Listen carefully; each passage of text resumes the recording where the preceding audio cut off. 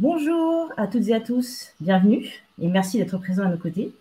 Aujourd'hui, on va parler de mobilité durable en lien avec les enjeux environnementaux dont on parle de moins en moins, mais qui sont toujours d'actualité, puisqu'effectivement le GIEC, le groupe d'experts intergouvernemental sur l'évolution du climat, a rendu un rapport le 28 février dernier et a de nouveau alerté sur les effets du réchauffement climatique.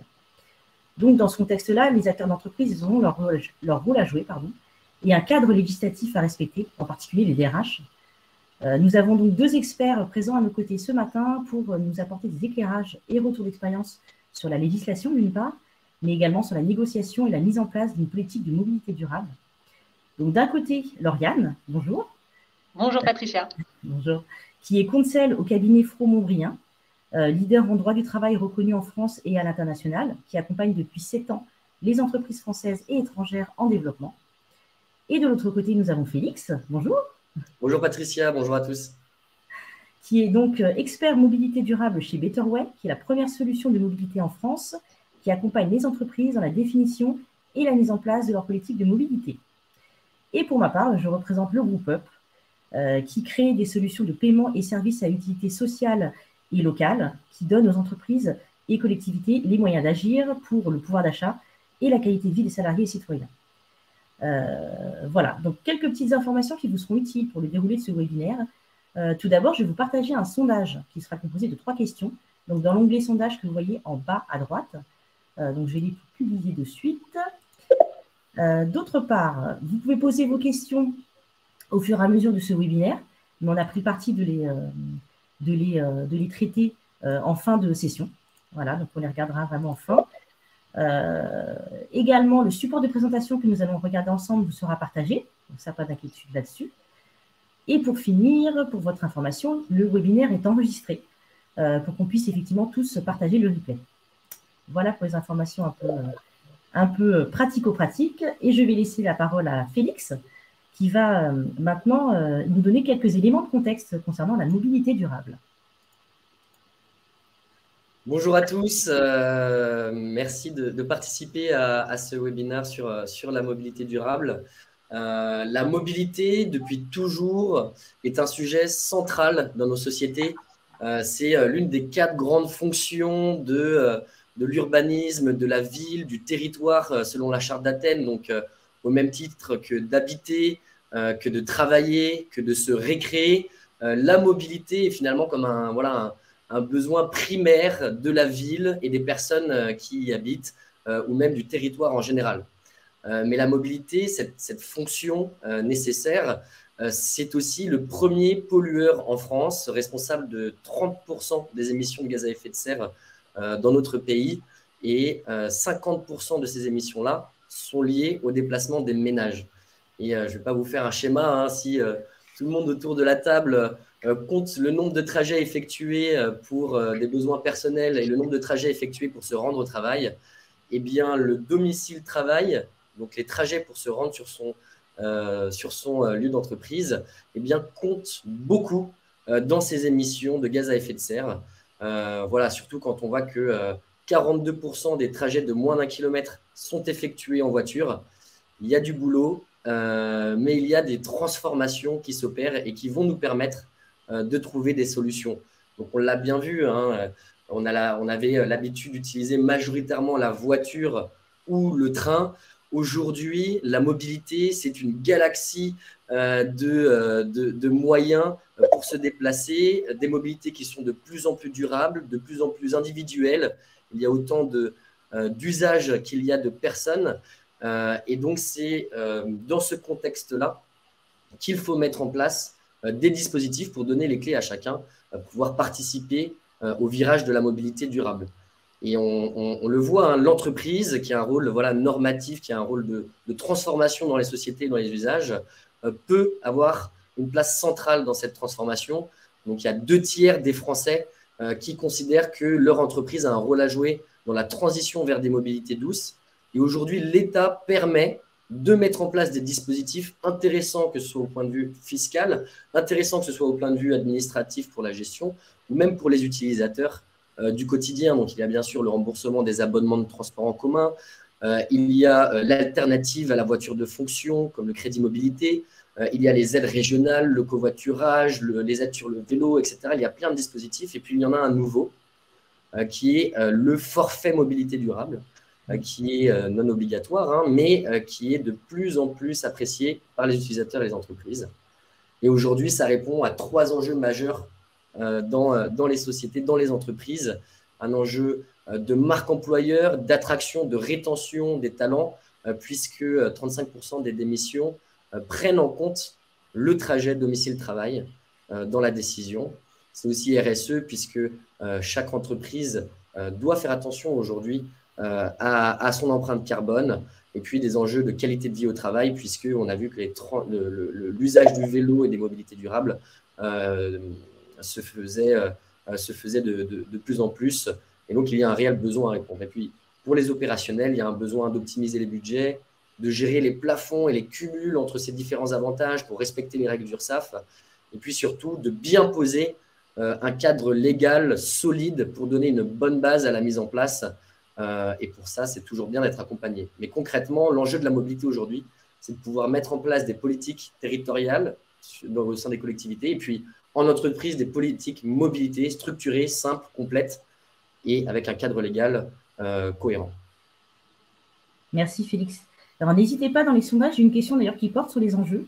N'hésitez pas à partager avec nous quels sont pour vous les enjeux auxquels répondent les mobilités durables. Ce sera intéressant à partager en fin de session. Lauriane, maintenant, est-ce que tu pourrais nous expliquer comment envisager le fameux forfait mobilité durable dans son entreprise? Merci Patricia, merci Félix pour ces propos introductifs. On va rentrer un petit peu plus dans l'aspect légal du sujet et surtout précisément qu'est-ce que le forfait mobilité durable et qu'est-ce qu'il recouvre. Alors, ce forfait mobilité durable, il a été créé par la loi LOM et son décret d'application. Ces deux textes juridiques avaient pour objectif de favoriser la mobilité des salariés avec l'idée de rendre attractifs les déplacements quotidiens entre le domicile et le lieu de travail des salariés. C'était aussi évidemment un enjeu RSE, Félix l'a précisé tout à l'heure, un enjeu social, un enjeu environnemental, avec l'idée d'améliorer les conditions de travail de ses collaborateurs, d'améliorer leur santé également au travail et la qualité de vie d'une manière plus générale.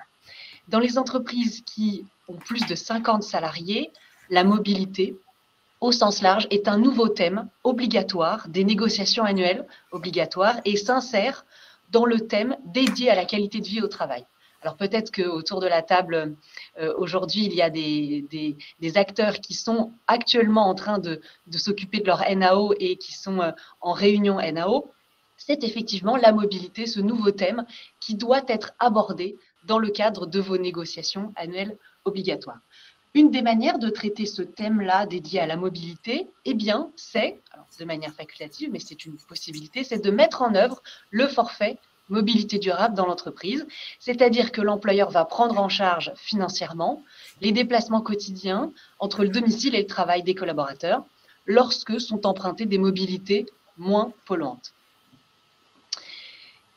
Ce qui est intéressant de noter, c'est quels sont les bénéficiaires qui peuvent bénéficier de ce forfait mobilité durable et quelles sont les mobilités qui sont concernées. D'un point de vue des bénéficiaires, en application du principe d'égalité de traitement qui existe dans le droit du travail français classique, l'application de ce forfait mobilité durable doit bénéficier à l'ensemble des salariés, peu important le type de contrat de travail dont le salarié dispose. C'est-à-dire que cela va concerner à la fois les contrats de travail à durée indéterminée, les CDD, les contrats de travail temporaires, les contrats d'apprentissage et de professionnalisation. Deux situations particulières pour les télétravailleurs et les salariés qui ont plusieurs lieux de travail, qui eux aussi ont bien un contrat de travail et qui sont donc éligibles à l'application et à ce dispositif du forfait mobilité durable. Des situations particulières de travail sont à noter. On constate dans la pratique et dans les accords collectifs qui ont été d'ores et déjà négociés et publiés que les stagiaires sont quasiment systématiquement inclus, même s'ils n'ont pas de contrat de travail et qu'il n'est pas obligatoire de leur faire bénéficier du FMD. On constate que les stagiaires sont inclus dans les accords collectifs négociés en entreprise.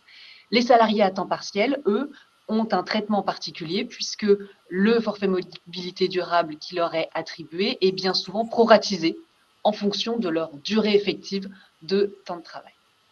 À l'inverse, et toujours dans la pratique, ce que l'on observe, c'est qu'il y a des exclusions de certaines catégories de bénéficiaires du forfait mobilité durable. C'est par exemple les salariés qui ont une faible ancienneté. Alors, certaines entreprises mettent des conditions minimales de, par exemple, 6 mois d'ancienneté minimum pour pouvoir accéder à ce forfait mobilité durable.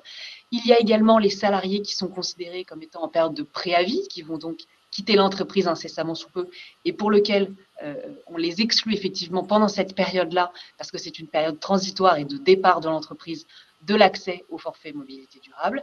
Et puis, bien évidemment, et de manière un petit peu logique, les salariés qui bénéficient d'une voiture de fonction ou les salariés qui n'engagent pas de frais pour se déplacer entre leur domicile et leur lieu de travail vont eux aussi être exclus de ce champ des bénéficiaires.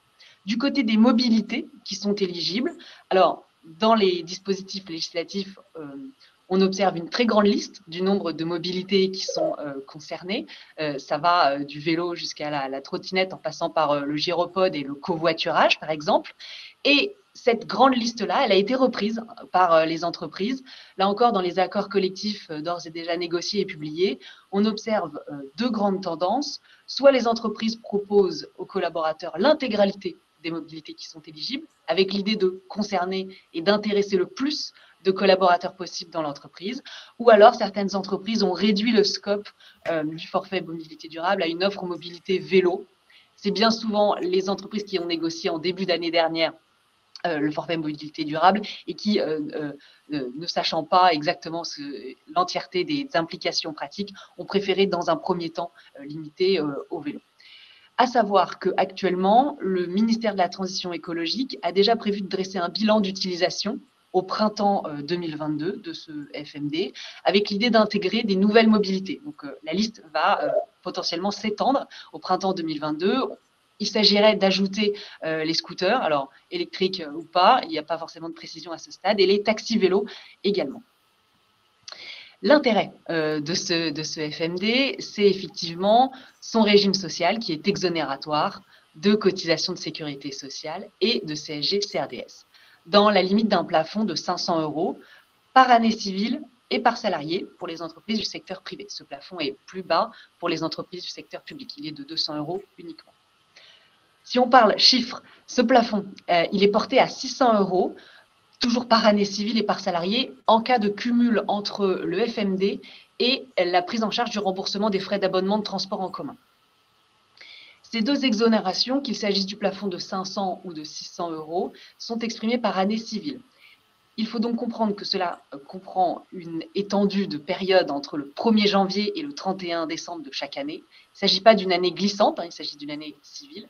Et surtout, précision très importante, cette période de référence n'est pas modifiable, n'est pas négociable par voie d'accord collectif. C'est-à-dire qu'on est obligé de se fixer sur cette période d'année civile. Il y a deux incidences à cette règle. D'une part, le montant plafonné de 500 ou de 600 € doit être compris comme étant proratisé lorsque le salarié va entrer ou sortir en cours d'année au sein de l'entreprise, par exemple. Il faudra bien veiller à ne pas oublier de proratiser ces deux plafonds-là. Également, deuxième incidence, c'est l'absence de possibilité de report d'une année sur l'autre, tant bien même le salarié n'aurait pas utilisé l'entièreté ou tant bien même le plafond ne serait pas atteint. Il n'y a pas de report possible. Pour bénéficier de cette exonération, concrètement, l'employeur il doit s'assurer que l'utilisation du forfait mobilité durable par le salarié est à la fois effective, c'est-à-dire que le salarié utilise effectivement son forfait pour ses trajets et quelle est cette utilisation conforme à son objet. Donc on parle bien ici uniquement des trajets domicile lieu de travail et non pas les trajets à titre personnel le week-end par exemple. L'employeur, dans ce cadre, il doit conserver une preuve de cette utilisation effective et conforme, à minima par la collecte d'une déclaration sur l'honneur de chacun de ses salariés qui utilisent le dispositif, ou bien également une autre possibilité par la conservation des justificatifs de paiement du salarié pour les frais de mobilité qu'il a engagés pour ses trajets. Merci beaucoup, Lauriane. Félix, du coup, toi, par rapport à ce cadre qu'a posé Lauriane très précis, quel retour d'expérience tu pourrais nous partager sur les conditions de mise en œuvre du forfait mobilité durable? Je pense que le forfait mobilité durable, il a eu plusieurs effets. Il a eu des effets sur les utilisateurs et puis sur les administrateurs, ceux qui le pilotent en interne. Il y a quand même des grandes tendances qui se dégagent justement dans la mise en place de ces conditions. C'est le passage de la théorie à la pratique. C'est-à-dire que c'est un forfait qui est neuf, qui est nouveau, qui est novateur, qui est très moderne. Mais on a peu de recul, en tout cas les entreprises aujourd'hui ont peu de recul sur sa mise en place. Et donc l'erreur, si vous voulez, qui a pu être faite dans le passé et qui n'est pas renouvelée, c'est de créer voilà, ces conditions, ces règles de votre côté, sans inclure des experts qui vous accompagnent très, très volontiers à titre gratuit ou de façon payante sur la mise en place de conditions qui, dans la pratique, facilite la vie des utilisateurs dans le choix des mobilités, dans la gestion des budgets, dans l'automatisation des processus liés à la récolte ou à l'analyse des justificatifs, dans le cadre de la mise en place du forfait mobilité durable. Et pareil pour les administrateurs, quelles conditions on peut mettre dans la gestion de ce forfait mobilité durable pour éviter que la charge administrative de ceux qui le gèrent augmente et au contraire, que ça puisse faciliter la vie de tout le monde. Donc ça, c'est une grande tendance particulière. Après, le FMD, ça a un impact très positif sur les utilisateurs comme les administrateurs de façon générale. Donc, ça permet voilà, de mettre en place un forfait qui est équitable, flexible. Donc, par exemple, les utilisateurs vont pouvoir utiliser plusieurs mobilités tout au long de l'année. Donc, par exemple, les transports en commun pendant l'hiver, les mobilités d'extérieur et individuelles pendant le printemps, et puis peut-être le vélo pendant l'été. Et en fait, gérer son budget mobilité, son forfait mobilité durable, un petit peu comme bon leur semble. Et ça peut se faire à l'échelle d'un trajet. Une personne va prendre son vélo pour aller jusqu'à la gare, puis prendre le train, puis reprendre son vélo, ou alors le train s'arrête, le métro s'arrête, il peut prendre une trottinette électrique pour finaliser son trajet. En fait, il y a autant de trajets et de cas d'usage qu'il y a de personnes, et c'est un forfait qui permet justement cette conduite du changement avec voilà, une optimisation des budgets, particulièrement dans ce contexte de télétravail, où finalement, vous pouvez vous dissocier de votre abonnement de transport en commun, passer à du titre de transport à l'unité ou d'autres mobilités prises en charge à 100%. Et donc, l'idée, c'est de mettre en place des conditions qui prennent en compte toutes ces spécificités et qui peuvent après, sur le terrain, se transformer en une expérience utilisateur sans couture. Et puis, pour les administrateurs, en fait, c'est vraiment l'accompagnement en amont du lancement qui est apprécié, que ce soit au niveau du cadre réglementaire, que ce soit au niveau des règles du forfait mobilité durable à mettre en place, donc à savoir les montants de budget, l'impact sur vos budgets que va avoir la mise en place du forfait mobilité durable, que ce soit les règles d'éligibilité, que ce soit l'intégration à vos systèmes, comment ça va être géré. Tout ça, c'est de l'accompagnement qui est apprécié et c'est une remontée de terrain forte. C'est aussi le moyen pour les entreprises de simplifier leur processus. Aujourd'hui, il y a beaucoup de gestion administrative manuelle qui est faite. L'idée, c'est de pouvoir aussi profiter de cet avantage moderne pour digitaliser vos processus et simplifier la vie de vos administrateurs.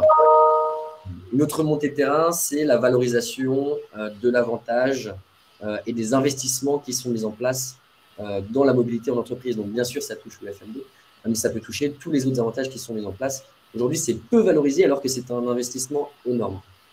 La mise en place du forfait mobilité durable permet de rééquilibrer l'accès à l'aide au transport en finançant des personnes qui n'avaient pas accès au financement avant et à l'inverse, donner plus de flexibilité à ceux qui pouvaient en bénéficier déjà. Et tout ça, avoir un expert à vos côtés pour faire des animations sur site, pour faire monter des partenaires vélo, covoiturage sur les dispositifs, ça valorise vos actions, c'est entendu et compris par vos salariés, et finalement, tout le monde est gagnant et tout le monde est libre de choisir la mobilité qu'il souhaite. Merci beaucoup, Félix, pour ces éclairages. Lauriane, donc on passe à la seconde partie du coup de notre temps d'échange, qui porte plus sur la conduite de la négociation du forfait mobilité durable. Parce qu'on a vu que c'était un moment important, puisque ça permet de définir les conditions dans lesquelles il va se mettre en place pour que ça réponde aux usages. Donc là-dessus, effectivement, hop, je te repasse le micro. Merci Patricia. Effectivement, et comme l'a expliqué Félix, l'idée c'est de s'entourer de différents experts, les experts mobilité et aussi les experts juridiques pour savoir effectivement ce que l'on va écrire concrètement dans notre accord collectif d'entreprise ou dans notre décision unilatérale d'employeur.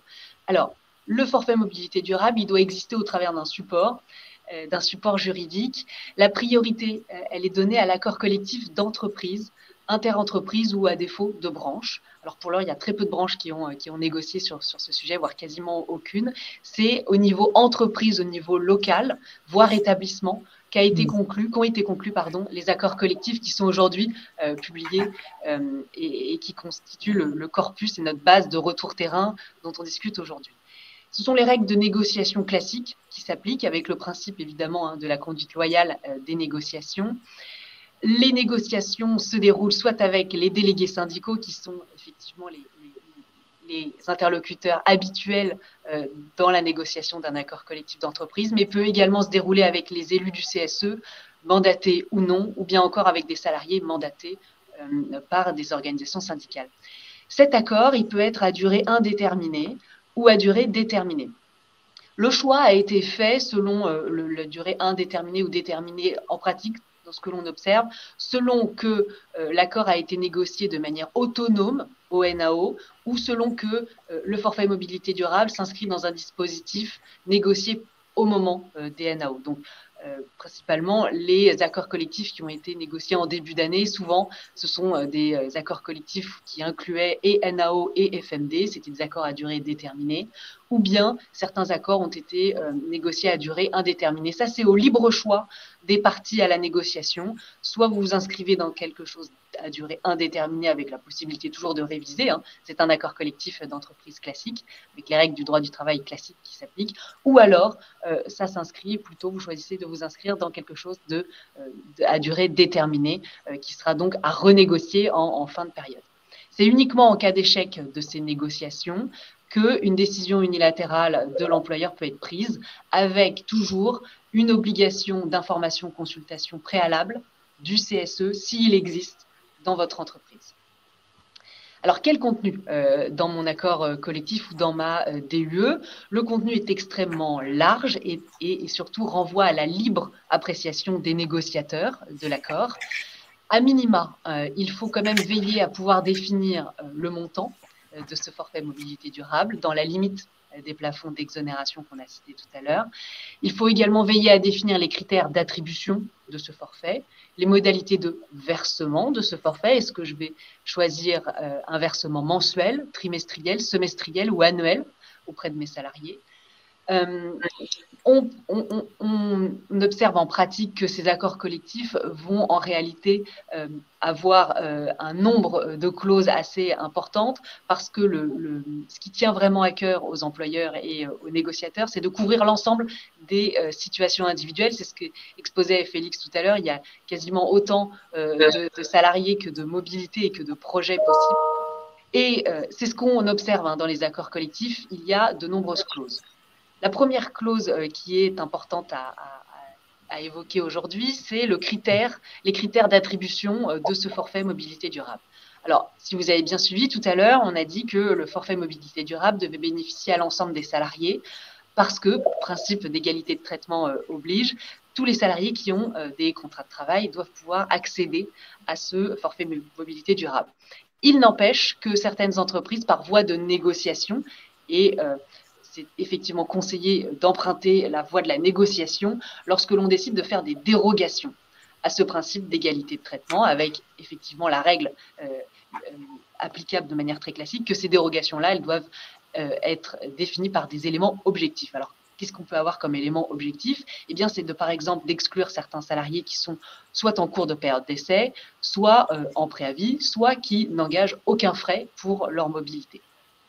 Certaines entreprises, et ça c'est important de le noter, qui ont des établissements répartis sur toute la France, par exemple, décident de faire varier le montant alloué au forfait mobilité durable selon le lieu d'implantation de l'établissement, considérant là encore que le montant de l'abonnement de frais de transport collectif n'est pas le même et varie, et que les frais engagés au titre des mobilités ne sont pas les mêmes selon les différentes villes et selon les différents établissements. Donc, vous avez un espèce de panachage de ces critères d'attribution assez important dans les accords collectifs qui ont été négociés et publiés aujourd'hui. Également, quelque chose de très important, comment je vais définir les modalités d'utilisation par les collaborateurs de ce forfait mobilité durable. Il est vraiment recommandé d'écrire noir sur blanc dans l'accord collectif la manière dont va être contrôlée l'utilisation des mobilités durables par le salarié.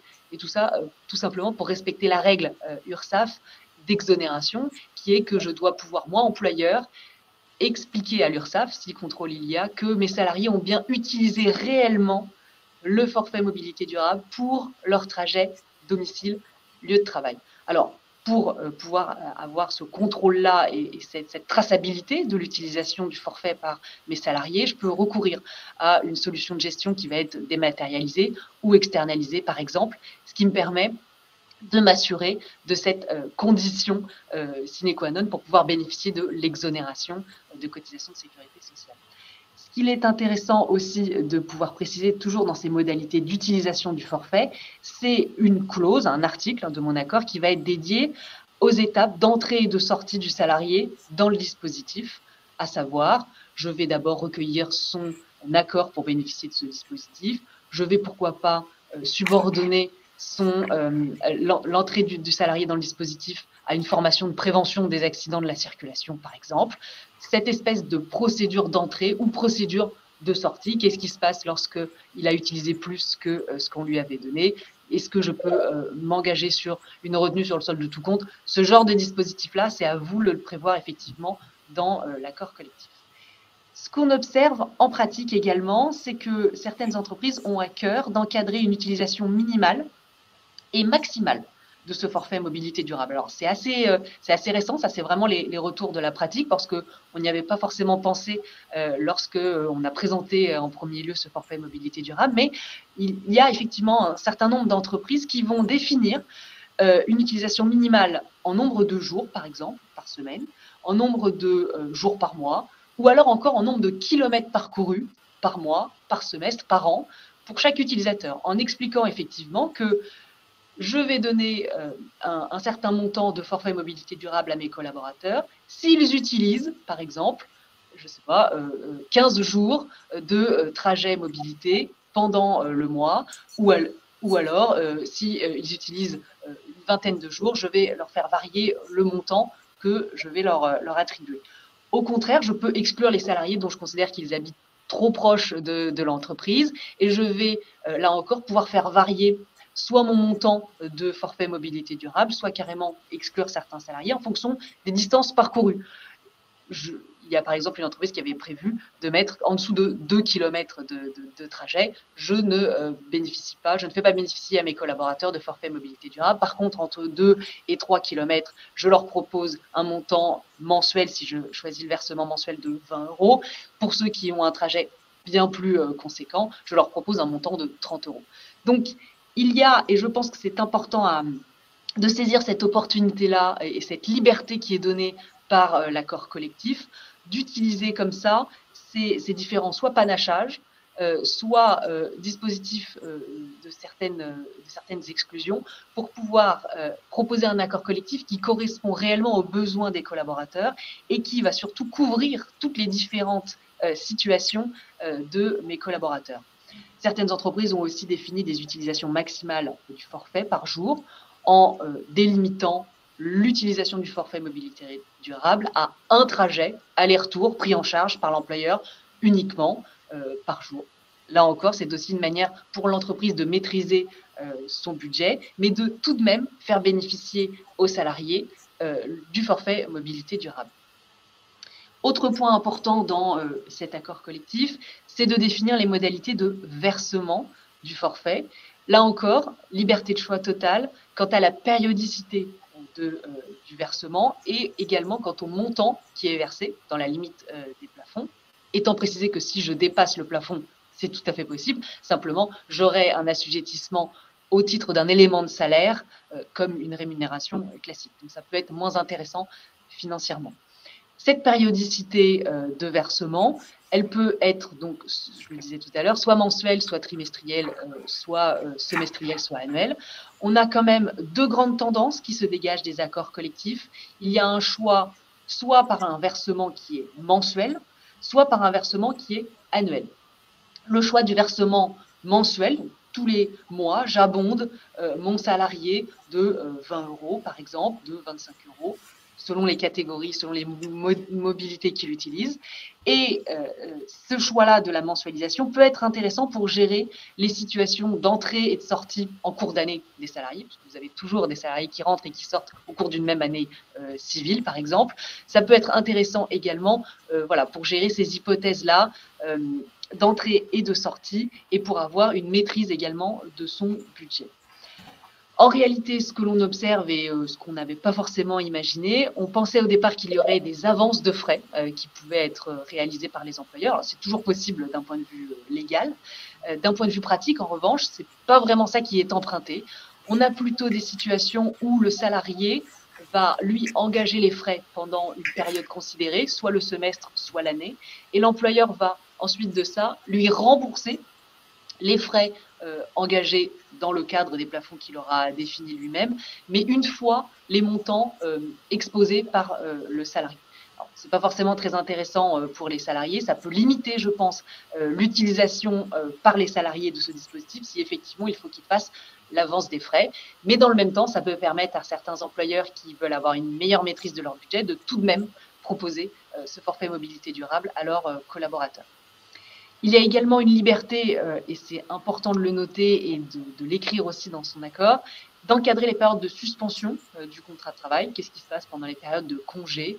Qu'est-ce qui va se passer les périodes de congés au sens large, les congés payés, les congés maternité, les congés paternité. Comment est-ce que je gère, moi, employeur, ces dispositifs-là, avec toujours mon idée que je dois satisfaire à la règle URSSAF qui me permet d'avoir l'exonération, qui est que le forfait mobilité durable, les frais de transport doivent être engagés pour un déplacement qui a réellement été exercé.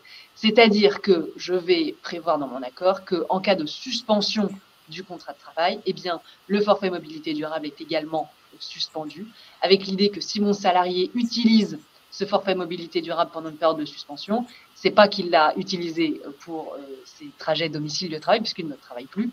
Et donc, je peux avoir une difficulté je vais certainement avoir une difficulté avec l'URSSAF. Je ne pourrais pas justifier d'une utilisation effective et conforme à son objet. L'avantage de cet accord collectif, c'est qu'effectivement, je vais pouvoir écrire le maximum de choses finalement avec les différents négociateurs. Je vais pouvoir proposer donc la proratisation du forfait, mobilité durable pour des situations d'entrée et de sortie en cours d'année. Je vais également pouvoir prévoir le fait que les sommes qui ont été données par exemple de manière mensuelle à mes salariés peuvent être reprises sur un solde de tout compte en cas de sortie en cours d'année de mon salarié. De manière facultative, dans mon accord collectif, il peut être intéressant, et ça aussi on le voit dans la pratique, on ne l'avait pas forcément anticipé au point de départ, mais il y a de plus en plus de clauses et de dispositifs de formation en matière de sécurité routière qui sont proposés, parfois imposés par l'employeur, avant l'entrée dans le dispositif du FMD ou de manière concomitante, c'est-à-dire que, et on le voit dans les accords collectifs négociés et publiés, une formation est proposée, imposée aux salariés pour leur rappeler les règles de sécurité routière, les règles de circulation, ce genre de choses, alors même que ce n'est pas une obligation de l'employeur, on est sur le cadre d'un trajet, il n'est pas sur un temps de travail effectif, donc je n'ai pas cette obligation-là de satisfaire à son entière sécurité, mais c'est effectivement quelque chose de facultatif qui est très largement très largement repris dans les accords collectifs. Certaines entreprises vont même, c'est aussi ce qu'on voit dans les accords collectifs, jusqu'à mettre à disposition des salariés des équipements lumineux de signalisation, on pense aux petites lumières sur les vélos, ou également des équipements de protection. Il y a certaines entreprises qui mettent à disposition des casques, par exemple, pour les différents trajets en extérieur. Vous voyez donc que le support juridique de l'accord collectif ou de la décision unilatérale, si je n'arrive pas à négocier un accord collectif, est très large, très varié. Il a pour objet de correspondre à l'entièreté des situations rencontrées par vos collaborateurs dans l'entreprise. Et l'idée, c'est vraiment de prendre cette liberté-là de négociation. C'est rare, les possibilités de liberté comme ça, de négociation qui sont offertes par le Code du travail. Donc, mais pour un sujet comme celui-là, qui est plutôt un sujet de négociation douce, effectivement, il y a un intérêt, je pense, pour les négociateurs, à la fois les parties employeurs et les parties salariales à la négociation, d'emprunter cette liberté rédactionnelle et de réfléchir à toutes les situations qui peuvent se présenter dans l'utilisation de ce forfait mobilité durable. L'idée, c'est aussi, par cette négociation, d'envoyer un signal fort d'amélioration de la qualité de vie au travail de vos collaborateurs. Et la négociation de cet accord suppose une concertation étroite, et c'est le point que je voudrais aborder en guise de conclusion.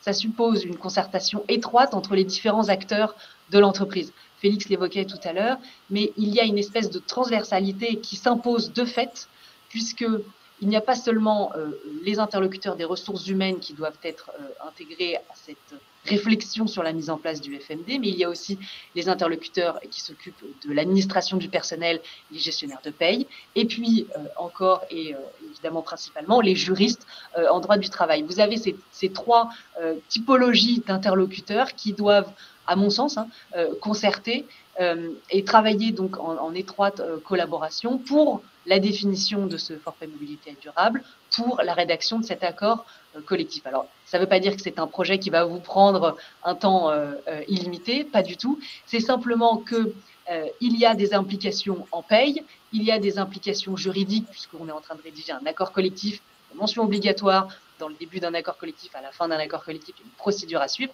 Et il y a des implications RH également, de savoir quelles sont les mobilités qui intéressent les collaborateurs, quel est le dispositif qui va le plus être utilisé par mes collaborateurs.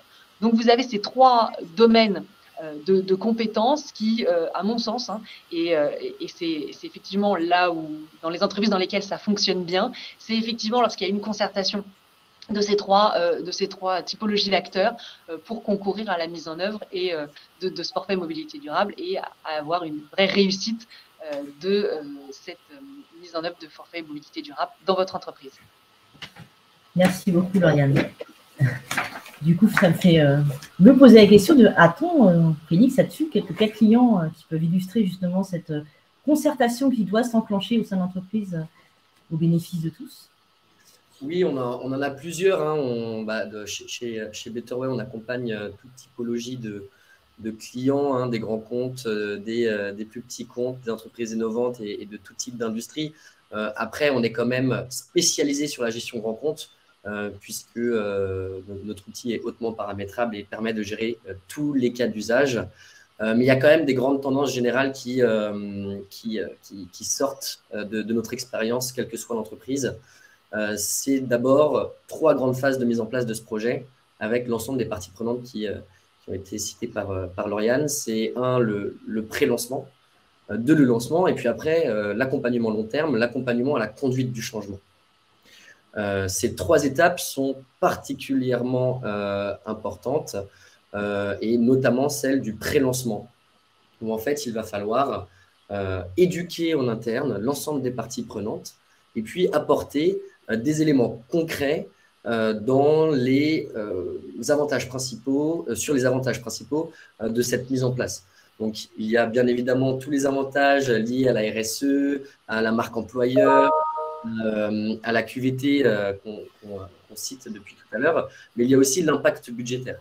Comment mettre en place un modèle qui permet de prendre en compte les taux de pénétration. En fait, l'erreur qui est souvent faite, c'est de penser que l'ensemble des salariés éligibles vont se ruer sur ce nouvel avantage, alors que ce n'est pas le cas. Donc, quel est le taux de pénétration la première année, la deuxième année, la troisième année ou même les premiers mois de cet avantage, et du coup, quel va être l'impact sur le budget mobilité? Combien de salariés vont passer de l'abonnement de transport en commun au forfait mobilité durable? Combien vont passer de rien au forfait mobilité durable? Quel est le pourcentage d'utilisation de ce forfait en moyenne sur l'année? Et donc finalement, quels sont l'ensemble des données qui vont me permettre d'apporter à la direction et à ceux qui tirent les cordons de la bourse des estimations concrètes.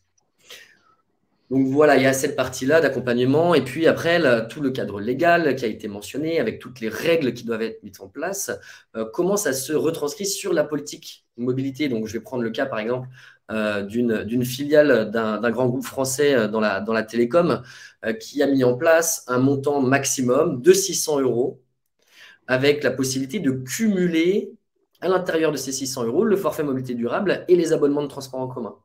Et ils ont fait ce choix pour permettre la transition, pour accompagner la conduite du changement, puisque les personnes ont l'habitude d'avoir les abonnements de transport en commun et vont être un petit peu frileux de l'abandonner tout de suite. Donc, le fait de pouvoir cumuler abonnement de transport en commun et forfait mobilité durable au sein de ce budget va leur permettre justement de s'adapter à chacun des cas d'usage. Donc, par exemple, de prendre de l'abonnement de transport en commun l'hiver, des mobilités plus durables pendant les beaux jours. Donc, il y a vraiment un conseil, c'est de permettre le cumul entre ces deux dispositifs, forfait mobilité durable et accompagnement. Il y a aussi cette question de quelle est la part employeur dans ce forfait mobilité durable. Certaines entreprises proposent de prendre en charge 80% des dépenses et puis 20% reste à charge du salarié, et la majorité, bien évidemment, propose la prise en charge à 100% des dépenses en mobilité durable. Tout ça, encore une fois, ça va dépendre de la typologie de vos salariés, du territoire, là où ils sont placés sur le territoire français. Est-ce que ce seront des personnes itinérantes, sédentaires? Est-ce qu'elles ont plutôt un travail de consultant ou plutôt un travail administratif, etc. Tout ça, en fait, l'idée, c'est de calibrer votre politique de mobilité en fonction de votre typologie d'entreprise et de salariés. Va se poser aussi la question des populations éligibles.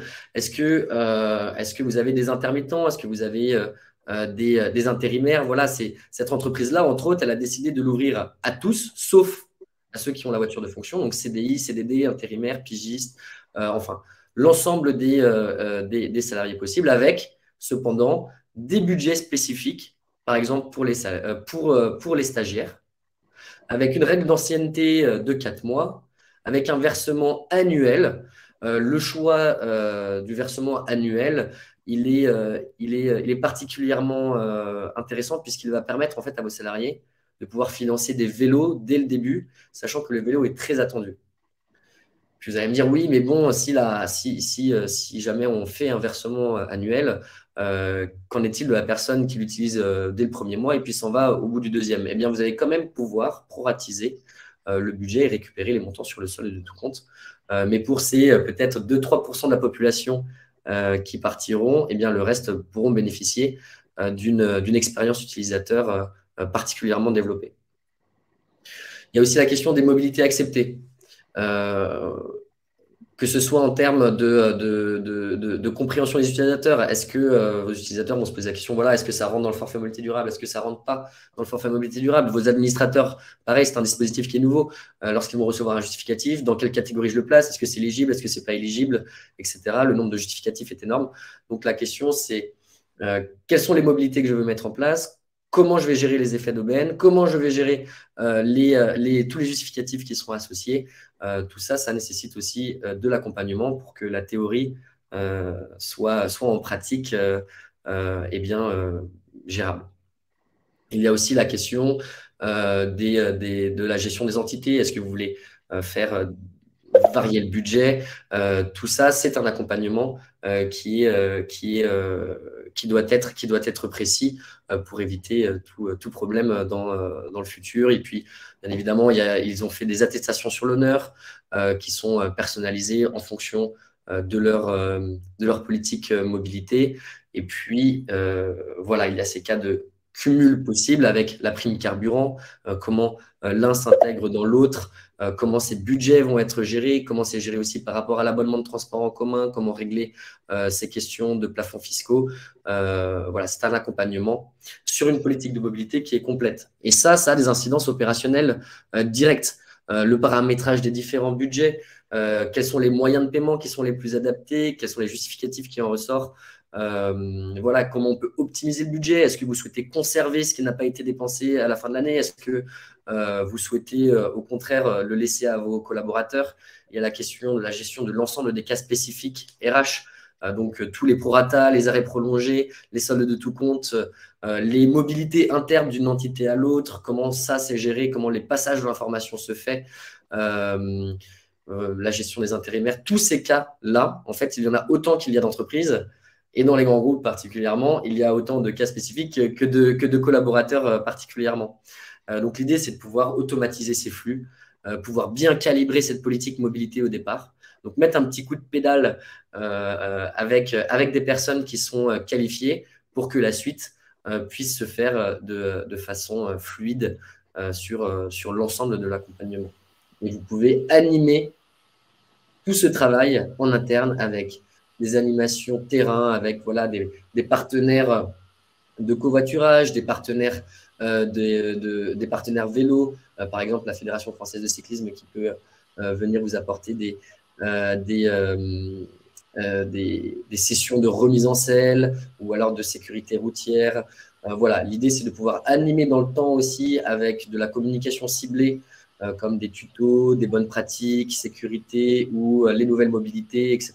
Voilà. L'idée, c'est de mettre en place un dispositif qui prend en compte l'ensemble des parties prenantes en interne, l'ensemble des sujets légaux, opérationnels, sécurité et mobilité, pour voilà, prendre enfin le virage de la mobilité durable ensemble. Merci beaucoup. Donc, on l'a vu, c'est vrai que une politique de mobilité durable, ça se réfléchit collectivement, ça se négocie finement et ça nécessite d'être accompagné par des experts justement sur à la fois la mise en œuvre, à la fois la législation. Si je pouvais conclure un peu suite à nos différentes prises de parole. Donc, il nous reste un petit quart d'heure devant nous. Ce que je vous propose, c'est de partager les résultats du sondage auquel vous avez répondu. Aujourd'hui, parmi ceux qui ont répondu, on va dire c'est moitié-moitié entre est-ce que c'est déjà abordé dans l'INAO ou pas. Voilà, il y en a 51% qui ont répondu non et 49% qui ont répondu oui. Sur à quels enjeux ça répond, les mobilités durables répondent. Ce qui émerge en premier, c'est la démarche RSE. Voilà, donc ce que vous avez choisi. Et vient ensuite la marque employeur à égalité avec le pouvoir d'achat et la rémunération. Et enfin, en termes de méthode, si je puis dire, compte tenu du dialogue social au sein de vos structures, vous êtes plutôt sur la négociation d'un accord collectif, de façon écrasante, puisque vous êtes 85% à avoir répondu cela. Donc voilà pour ce partage. Merci beaucoup pour vos réponses. Ce que je vous propose, c'est de regarder effectivement les différentes questions que vous avez posées. Oui, il y aura un replay, effectivement. Je confirme qu'il y aura un replay et que le support que nous avons vu ensemble ce matin vous sera également communiqué. Ça, pour le coup, je vous confirme. J'avais vu une question sur le… Où est-ce qu'on trouve les accords collectifs? Où est-ce qu'on peut avoir effectivement des accords collectifs pour modèle, je suppose? Là, je me tourne vers Lauriane. Alors, comme accords collectifs, comme modèle qui vont correspondre à votre entreprise, je dirais c'est plutôt auprès de votre avocat préféré, plus largement auprès du conseil qui vous suit. Sinon, les accords collectifs, comme tous les accords collectifs qui sont signés en France, sont disponibles sur la plateforme Légifrance, puisque maintenant on a un accès au droit qui est dématérialisé et qui est pour tous, et qui se trouve très facilement. Avec en tête, bien sûr, avoir en tête que les accords collectifs vont correspondre à des situations très précises, à des lieux d'implantation également de certaines entreprises. C'est pas la même chose. Enfin, mobilité durable pour les Parisiens va pas être le même que pour d'autres salariés qui sont plutôt implantés en région. Donc, à prendre avec extrêmement beaucoup de soins. Voilà, ces accords collectifs-là vont pas forcément correspondre et vont pas être dédiés à votre pratique à la fois utilisateur ni forcément à votre domaine d'activité d'entreprise. Donc, avec grande prudence. D'accord. Donc, effectivement, on peut avoir des accords à disposition sur Légifrance, mais ce sera après. Oui. De toute Comme façon, pour tous les domaines. Comme pour voilà. tous les domaines du droit, je peux, si je suis DRH demain, faire que des copier-coller d'accords collectifs des C'est copains. pas l'idéal si on veut C'est répondre. pas forcément l'idéal de travailler comme ça. Tout à fait. Je voyais également une autre question. J'essaie de prendre effectivement les questions les plus généralistes, parce qu'il y a des questions très pointues, je vous en remercie. Et pour le coup, ça fera certainement, je pense, objet d'échanges a posteriori. Donc, j'essaie de prendre les questions les plus généralistes. On a une question sur les actions de prévention et de formation aux mobilités durables. Est-ce qu'elles peuvent rentrer dans le cadre de prise en charge du FMD? Alors non, je ne crois pas que la formation puisse entrer dans le forfait mobilité durable. Ce qui entre dedans, c'est par exemple tout ce qui est entretien du vélo, réparation de la trottinette, donc ces petits accessoires de la simple mobilité. Mais par contre, sur la question des formations, c'est trop éloigné de l'utilisation qui est quand même de rembourser un frais de déplacement. Donc, rembourser un frais de formation, ça ne fait pas partie du scope du forfait mobilité durable. Vous pouvez en revanche financer avec le forfait mobilité durable les assurances qui sont liées à vos déplacements. Mais dans le cadre de cette mise en place, et encore une fois, dans le cadre de l'animation de ces nouveaux avantages qui sont proposés aux salariés, vous pouvez faire venir des partenaires sur votre lieu de travail pour voilà, typiquement faire des formations de sécurité routière, faire des remises en selle pour que tous ceux qui souhaitent se remettre au vélo puissent le faire de façon sécurisée, ou même faire venir des réparateurs, des accessoristes, etc. D'accord. Financés par l'entreprise. Une autre question, comment peut-on justifier de l'utilisation si l'on verse le forfait mobilité durable en début d'année? Oui, j'ai vu cette question, je la trouve très pertinente parce qu'effectivement, on pourrait se poser la question de savoir comment est-ce que je vais pouvoir justifier auprès de l'URSSAF en cas de contrôle de l'utilisation effective. Et la réponse est la suivante, c'est par le biais soit de l'attestation sur l'honneur, soit des justificatifs de paiement des mobilités que je vais conserver. Alors, soit de manière artisanale, soit via une plateforme qui va gérer pour moi le forfait mobilité durable et l'entièreté de sa gestion. C'est-à-dire que l'URSSAF ne va pas vous demander ce justificatif à partir du jour 1, mais va vouloir que vous ayez conservé la preuve du déplacement domicile, lieu de travail. Donc, une attestation sur l'honneur va vous couvrir à partir du jour 1, tout comme un justificatif de paiement et la facture, si vous voulez, de paiement, qui va aussi vous couvrir à partir du jour 1 où vous avez mis en place votre forfait mobilité durable. Donc, pas d'inquiétude là-dessus. Vous pourrez avoir donc ces deux modalités probatoires, ces deux modalités de preuve à fournir auprès de l'URSSAF si tant est que vous ayez un contrôle. Et cela, c'est un choix qui doit être fait en fonction des enjeux internes à votre entreprise. C'est-à-dire que si demain vous fonctionnez avec l'attestation sur l'honneur uniquement, eh bien vous allez verser 600 € à vos salariés. Vous n'avez aucune vision sur comment ce budget a été dépensé et donc une optimisation du budget qui est moindre. Si à l'inverse, vous souhaitez finalement financer en fonction des besoins réels de vos salariés, eh bien vous pouvez vérifier les justificatifs associés aux dépenses.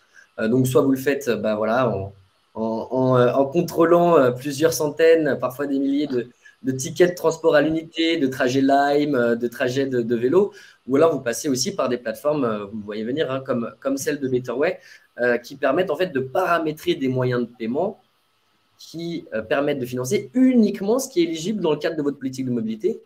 Et la trace bancaire de ces moyens de paiement font office de justificatif aux yeux de l'URSSAF, puisque une trace bancaire rassemble l'ensemble des éléments qui permettent voilà, d'avoir une valeur probante. Donc, un nom et un prénom, la carte bancaire entre autres nominative, un marchand, un montant, une date et une heure. Et en fait, tout ça est centralisé, digitalisé, ce qui vous permet d'avoir un niveau de contrôle supérieur des justificatifs et une optimisation du budget qui est la plus optimale possible. D'accord, merci beaucoup. J'ai vu qu'il y avait une question sur le cumul, mais je pense que tu y as répondu déjà, Félix. Savoir si effectivement les employeurs qui octroient 50% sur l'abonnement de transport, est-ce que le FMD peut servir au remboursement des 50% manquants? Alors, c'est très important en effet comme question, cette notion de cumul. Le forfait mobilité durable, si vous voulez qu'il soit proposé dans toute son entièreté, il faut permettre le cumul avec les abonnements de transport en commun.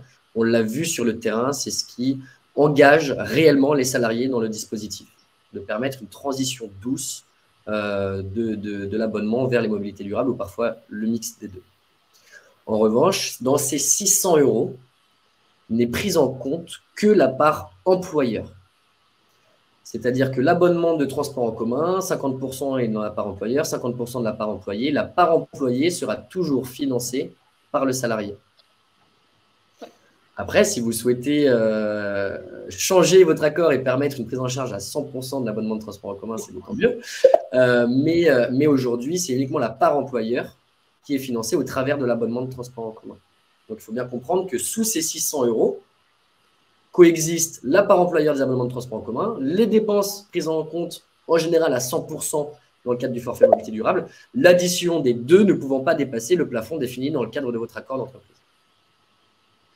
J'ajoute que c'est une obligation, hein, ces 50% là, de remboursement des frais de transport pour tout employeur, et que c'est effectivement ces 50% là qui sont également exonérés. Ça fait beaucoup d'exonération d'un coup, mais en tout cas, voilà, il y a certaines entreprises qui décident de payer le pass Navigo à 100%, mais qui, dans ces cas-là, ne peuvent pas déduire les cotisations de sécurité sociale sur les 50 autres pourcents restants. C'est pour ça qu'effectivement, souvent, on laisse à la charge du salarié les 50 autres pourcents du paiement du forfait d'abonnement de transport en commun. D'accord. Une question sur le fait d'être sur multi-sites. Est-il possible d'avoir une mise en œuvre différenciée suivant les sites? Oui, alors c'est ce qu'on a vu. C'est des questions qui se sont posées en fait très rapidement à la mise en œuvre du FMD, parce que c'est souvent les entreprises de taille significative qui se sont engagées dans la voie du FMD au milieu d'année dernière, et qui ont du coup, de par leur taille, potentiellement plusieurs sites et plusieurs établissements. On a très vite répondu à cette question-là, c'est-à-dire que même si j'ai mon principe d'égalité de traitement, je vais pouvoir en faire des dérogations, pour autant que je les inscrive dans mon accord collectif, en faisant par exemple varier les montants alloués aux salariés, les montants des forfaits que je donne mensuellement ou annuellement à mes salariés selon les lieux d'implantation de leur établissement, avec l'idée que le coût d'un abonnement transport en commun n'est pas le même dans certaines villes de France, et que je vais donc pouvoir faire varier en conséquence, et c'est un élément objectif qui me justifie de ma dérogation au principe d'égalité de traitement, je fais varier mon montant de forfait mobilité durable que j'alloue à mes salariés en fonction de leur implantation. Je peux également faire varier les mobilités qui sont proposées, avec l'idée que les trottinettes ne sont pas forcément empruntées dans toutes les villes de France. Et je peux comme ça panacher et mettre l'accent sur différentes situations, à la fois d'établissement, mais à la fois même à la maille vraiment entre établissements et collaborateurs. D'où l'idée de passer par la voie de l'accord collectif pour pouvoir prévoir le plus de situations possibles, et surtout d'emprunter, je le répète, mais cette grande liberté qui est laissée par la loi, ce qui est quand même assez rare pour être souligné, qui est laissée aux négociateurs, et voilà, la possibilité de couvrir toutes les situations possibles pour amener le plus possible les collaborateurs à utiliser les mobilités durables. D'accord.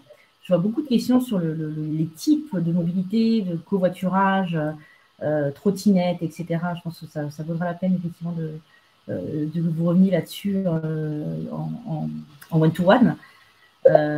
Parce que là, je vois qu'il est 58. Il nous restera le temps de traiter une dernière petite question. Alors, je vais prendre celle qui vient d'arriver à l'instant. Peut-on cumuler crédit d'impôt sur les sociétés et FMD? C'est une question qu'on avait déjà eue. Alors, on avait eu du mal à pouvoir répondre à la question, et on avait proposé aux clients de rédiger un rescrit auprès de l'URSSAF. Alors, c'est une pratique, je ne sais pas si forcément tout le monde y est particulièrement sensible, mais c'est une pratique qui permet de sécuriser certaines de vos situations lorsqu'effectivement on n'a pas suffisamment d'éléments dans la loi pour pouvoir faire coïncider ces deux choses-là. C'est toujours pareil, lorsqu'on a une loi qui est plus récente, souvent le législateur a complètement oublié ce qui existait auparavant, et les dispositifs ne vont pas forcément tous ensemble. En tout cas, on peut avoir une question à se poser, et la pratique du rescrit auprès de l'URSSAF peut être une bonne manière d'avoir des réponses et de sécuriser surtout ce qu'on compte faire en interne. D'accord. Bon, ben, on va en rester là pour aujourd'hui parce que nous sommes à 59 minutes. Merci beaucoup, Félix et Lauriane, pour vos éclairages et vos conseils, parce qu'effectivement, c'est un sujet qui, en tout cas, est d'actualité et qui mérite d'être travaillé collectivement. Merci à tous les participants de ce webinaire, qui sera effectivement disponible en replay, ainsi que le support qui vous sera envoyé. Et n'hésitez pas, à la fin de la présentation, vous avez effectivement les coordonnées de Félix et Lauriane, si vous souhaitez aller plus loin et étudier plus en détail le cas de votre entreprise, puisqu'effectivement, comme disait Félix, une entreprise, un accord et il y a un contexte, voilà, n'hésitez pas à aller vers eux pour travailler ces sujets et mettre en place votre politique de mobilité durable. Merci beaucoup. Merci Patricia, merci à tous. À très vite, j'espère. Merci. Bonne fin de journée.